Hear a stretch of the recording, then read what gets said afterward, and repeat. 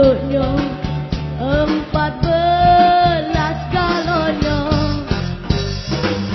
armada maritimnya dibekali mainan rintau dari Cina juga India juga Malaysia dan Filipina.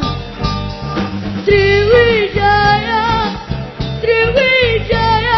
masih ada di dalam dada. Sriwijaya masih ada di dalam dada. Lama ikut Sriwijaya dilupakan.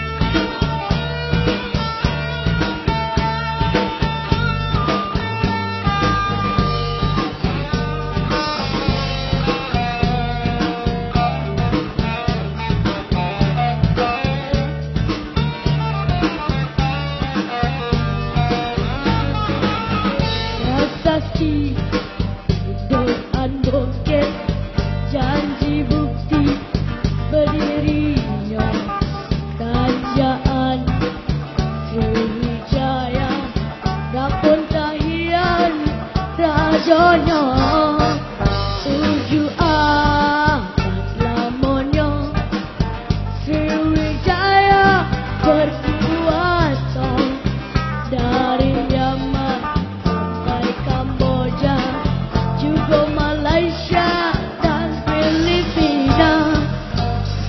Sriwijaya masih ada di dalam dada.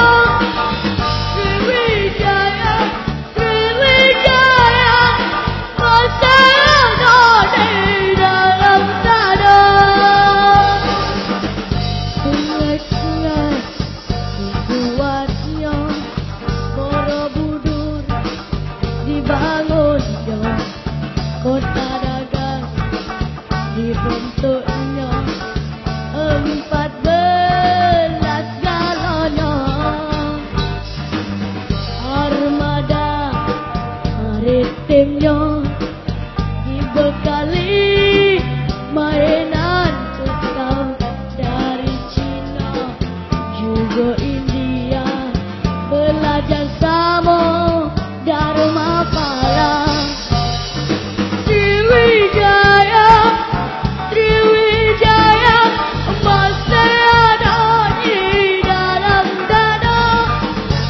Sriwijaya masih ada di dalam dada. Lama ikut Sriwijaya dilupakan.